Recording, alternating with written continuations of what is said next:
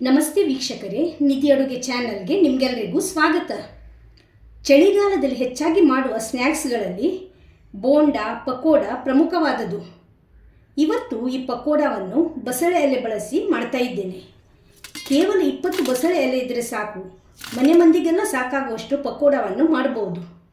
ಇದಕ್ಕೆ ಹೆಚ್ಚು ಇಂಗ್ರೀಡಿಯೆಂಟ್ಸ್ನ ಅವಶ್ಯಕತೆ ಇಲ್ಲ. ಮನೆಯಲ್ಲೇ ಇರುವ ಸಾಮಗ್ರಿಗಳನ್ನು ಬಳಸಿ ಮಾಡಬಹುದು. ಈ ಪಕೋಡ, ಚಟ್ನಿ ಜೊತೆಗೆ ಟೀ, ಸಂಜೆಗೆ ಒಂದು ಸೂಪರ್ ಸ್ನ್ಯಾಕ್ ಅಂತ ಹೇಳ್ಬೋದು. ಇದನ್ನು ನೀವು ಅನ್ನ, ರಸಂ ಜೊತೆ ಸೈಡ್ ಡಿಶ್ ಆಗಿ ಸಹ ಸವಿಬಹುದು. ತುಂಬ ಚೆನ್ನಾಗಿ ಆಗ್ತದೆ. ತುಂಬ ಸುಲಭದಲ್ಲಿ ಕೆಲವೇ ನಿಮಿಷಗಳಲ್ಲಿ ಇದನ್ನು ತಯಾರಿಸ್ಬೋದು. ಬನ್ನಿ ಮಾಡುವ ವಿಧಾನ ನೋಡೋಣ. ಇಲ್ಲಿ ಒಂದು 20 ಬಸಳೆ ಎಲೆಯನ್ನು ಈ ರೆಸಿಪಿಗೆ ಬಳಸ್ತಾ ಇದ್ದೇನೆ. ಇದಕ್ಕೆ ಮಲಬಾರ್ ಸ್ಪಿನೇಚ್ ಅಂತ ಹೇಳ್ತೇವೆ. ಇದನ್ನು ಚೆನ್ನಾಗಿ ತೊಳೆದು ಸಣ್ಣಗೆ ಹೆಚ್ಚಿಡಬೇಕು. ಇಲ್ಲಿ 1 ಕಪ್ಪಷ್ಟು ಅಂದರೆ ಸಾಧಾರಣ ಒಂದು 200 ಗ್ರಾಮಷ್ಟು ಕಡಲೆಬೇಳೆಯನ್ನು ತೊಳೆದು ನೆನೆಸಲಿಕ್ಕೆ ಹಾಕಿದ್ದೇನೆ. ಇದು ಒಂದು ಅರ್ಧ ಗಂಟೆ ನೆನೆಸಬೇಕು. ಇದು ಆಲ್ರೆಡಿ ಒಂದು ಹಾಫ್ ಆನ್ ಅವರ್ ನೆನೆಸಿದ್ದು ಆಗಿದೆ. ಈಗ ಇದರ ನೀರನ್ನು ನಾವು ಡ್ರೈನ್ ಮಾಡಿ ಮಿಕ್ಸರ್ ಜಾರಿಗೆ ಸೇರಿಸುವ. ಇದಕ್ಕೆ ನೀರು ಸೇರಿಸದೆ ನಾವು ಇದನ್ನು ತರಿತರಿಯಾಗಿ ರುಬ್ಬಬೇಕು.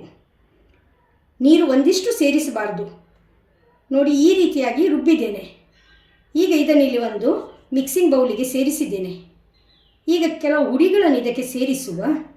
ಒಂದು 1/4 ಸ್ಪೂನಷ್ಟು ಅರಶಿನ ಹುಡಿ, 2 ಸ್ಪೂನಷ್ಟು ಅಚ್ಚ ಖಾರದ ಹುಡಿ, ನಿಮ್ಮ ಖಾರಕ್ಕೆ ಅನುಸಾರವಾಗಿ ಹೆಚ್ಚು ಅಥವಾ ಕಡಿಮೆ ಮಾಡ್ಬೋದು. ಒಂದು ಅರ್ಧ ಸ್ಪೂನಷ್ಟು ಜೀರಿಗೆ ಹುಡಿ ಹಾಗೂ 2 ಸಣ್ಣಗೆ ಹೆಚ್ಚಿಟ್ಟ ಹಸಿಮೆಣಸು.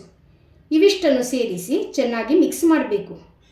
ಕಡಲೆಬೇಳೆಯ ಮಿಶ್ರಣದ ಜೊತೆಗೆ ಸೇರಿಸಿದ ಇಂಗ್ರೀಡಿಯೆಂಟ್ಸ್ ಚೆನ್ನಾಗಿ ಮಿಕ್ಸ್ ಆದ ಮೇಲೆ ಇದರಲ್ಲಿ ಒಂದು 2 ಸಣ್ಣಗೆ ಹೆಚ್ಚಿಟ್ಟ ನೀರುಳ್ಳಿಯನ್ನು ಸೇರಿಸಬೇಕು. ನೀರುಳ್ಳಿಯನ್ನು ಸಹ ಚೆನ್ನಾಗಿ ಮಿಕ್ಸ್ ಮಾಡಿಕೊಳ್ಳುವ. ಈಗ ಕಟ್ ಮಾಡಿಟ್ಟ ಬಸಳೆ ಸೊಪ್ಪನ್ನು ಇದರ ಜೊತೆಗೆ ಸೇರಿಸಬೇಕು.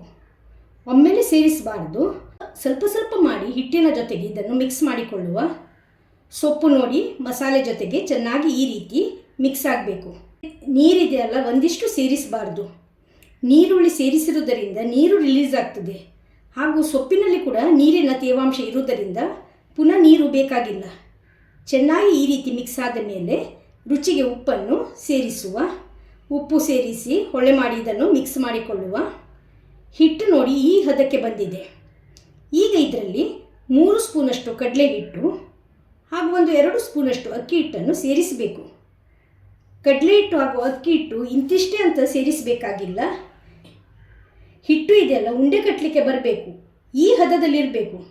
ಆದರೆ ಕಡಲೆ ಹಿಟ್ಟಿದೆಯಲ್ಲ, ಅಕ್ಕಿ ಹಿಟ್ಟಿನಕ್ಕಿಂತ ಸ್ವಲ್ಪ ಜಾಸ್ತಿ ಸೇರಿಸಬೇಕು. ಹಿಟ್ಟು ಚೆನ್ನಾಗಿ ಬೆರೆತ ನಂತರ ನೋಡಿ ಈ ಹದಕ್ಕೆ ಬಂದಿದೆ. ಈ ರೀತಿ ಇದನ್ನು ಉಂಡೆ ಕಟ್ಟಲಿಕ್ಕೆ ಬರಬೇಕು. ಇಷ್ಟಾದರೆ ಸಾಕು. ಈಗ ಕೈಗೆ ಎಣ್ಣೆಯನ್ನು ಸ್ವಲ್ಪ ಸವರಿಕೊಳ್ಳುವ. ಸ್ವಲ್ಪ ಸ್ವಲ್ಪ ಹಿಟ್ಟನ್ನು ಈ ರೀತಿ ಉಂಡೆ ಕಟ್ಟಿ ಎಣ್ಣೆಯಲ್ಲಿ ಬಿಡಬೇಕು. ಇದೇ ರೀತಿ ಪ್ರತಿ ಬಾರಿ ಸ್ವಲ್ಪ ಹಿಟ್ಟನ್ನು ತೆಗೆದುಕೊಂಡು ಉಂಡೆ ಕಟ್ಟಿ ಎಣ್ಣೆಯಲ್ಲಿ ಬಿಡುವ. ಹದವಾದ ಉರಿಯಲ್ಲಿ ಇದನ್ನು ಕಾಯಿಸಬೇಕು. ಈ ರೀತಿ ಉಂಡೆಯನ್ನು ಸೇರಿಸಿದ ನಂತರ 1 ನಿಮಿಷ ಬಿಟ್ಟು ಇದನ್ನು ತಿರುವಿ ಕಾಯಿಸಬೇಕು. ಈ ರೀತಿ ಹದವಾದ ಉರಿಯಲ್ಲಿ ಪಕೋಡ ಕೆಂಪಗಾಗುವವರೆಗೆ ಕಾಯಿಸಬೇಕು. 2 ಬದಿ ಕೂಡ ಚೆನ್ನಾಗಿ ಮಗಚಿ ಕೆಂಪಗೆ ಕಾಯಿಸಬೇಕು. ಪಕೋಡ ನೋಡಿ ಈ ರೀತಿ ಕ್ರಿಸ್ಪ್ ಆಗುವಾಗ ಇದನ್ನು ಎಣ್ಣೆಯಿಂದ ತೆಗೆಯುವ. ನೋಡಿ ಎಷ್ಟು ಚೆನ್ನಾಗಿ ಬಂದಿದೆ ನೋಡಿ. ಎಣ್ಣೆಯಲ್ಲಿ ಹಿಟ್ಟಾಗಲಿ ಸೊಪ್ಪಾಗಲಿ ಒಂದಿಷ್ಟು ಬಿಟ್ಟು ಹೋಗಿಲ್ಲ. ಎಣ್ಣೆ ಕೂಡ ಹೀರಿಕೊಂಡಿಲ್ಲ. ಇದೇ ರೀತಿ ಉಳಿದ ಪಕೋಡಗಳನ್ನು ಸಹ ಕಾಯಿಸುವ. 2 ಬದಿಯನ್ನು ಕೂಡ ಮೀಡಿಯಂ ಉರಿಯಲ್ಲಿ ಚೆನ್ನಾಗಿ ಕೆಂಪಗಾಗುವವರೆಗೆ ಕಾಯಿಸಬೇಕು. ಈ ರೀತಿ ಕಾದ ಪಕೋಡವನ್ನು ಎಣ್ಣೆಯಿಂದ ತೆಗೆಯುವ ಹಾಗೂ ಒಂದು ಬಟ್ಟಲಿಗೆ ಸೇರಿಸುವ. ಎಷ್ಟು ಕ್ರಿಸ್ಪಾಗಿ ಟೇಸ್ಟಿಯಾಗಿದೆ ನಿಮಗೆ ನೋಡಿದ್ರೇ ತಿಳಿಯುತ್ತದೆ. ಟೇಸ್ಟಿಯಾದ ಹಾಗೂ ತುಂಬ ಸರಳವಾದ ಟೀ ಟೈಮ್ ಸ್ನ್ಯಾಕ್ ಇಲ್ಲಿ ರೆಡಿಯಾಗಿದೆ. ನೀವು ಬಸಳೆ ಸೊಪ್ಪಿನ ಬದಲು ಕೆಂಪು ಅರಿವೆ, ಪಾಲಕ್, ಸಬ್ಬಸಿಗೆ ಅಥವಾ ಮೆಂತ್ಯ ಸೊಪ್ಪು ಬಳಸಿ ಈ ರೀತಿ ಮಸಾಲೆಯನ್ನು ಸೇರಿಸಿ ಪಕೋಡವನ್ನು ಮಾಡಬಹುದು. ಅಥವಾ 2-3 ಬಗೆಯ ಸೊಪ್ಪನ್ನು ಸೇರಿಸಿ ಸಹ ತಯಾರಿಸಬಹುದು. ಅಥವಾ ಸೊಪ್ಪು ಸೇರಿಸದೆ ಬೇಳೆ ಹಾಗೂ ನೀರುಳ್ಳಿ ಸೇರಿಸಿ ಮಸಾಲೆ ವಡೆಯನ್ನು ಸಹ ನೀವು ಮಾಡಬಹುದು. ತಯಾರಿಸಿದ್ದ ಪಕೋಡವನ್ನು ಇಲ್ಲಿ ಚಟ್ನಿ ಜೊತೆಗೆ ಸರ್ವ್ ಮಾಡ್ತಾ ಇದ್ದೇನೆ.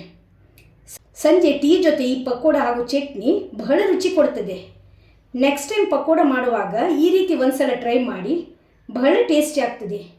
ಇವತ್ತಿನ ಈ ಹೆಲ್ದಿಯಾದ, ಟೇಸ್ಟಿಯಾದ ಹಾಗೂ ಸುಲಭದಲ್ಲಿ ತಯಾರಾಗುವಂಥ ರೆಸಿಪಿ ಇಷ್ಟವಾಗಿದ್ದಲ್ಲಿ ವಿಡಿಯೋಕ್ಕೆ ಲೈಕ್ ಕೊಡಿ, ಶೇರ್ ಮಾಡಿ ಹಾಗೂ ಸಬ್ಸ್ಕ್ರೈಬ್ ಮಾಡದೆ ನೋಡ್ತಾ ಇರುವವರು ದಯವಿಟ್ಟು ಸಬ್ಸ್ಕ್ರೈಬ್ ಮಾಡಿ. ಧನ್ಯವಾದಗಳು.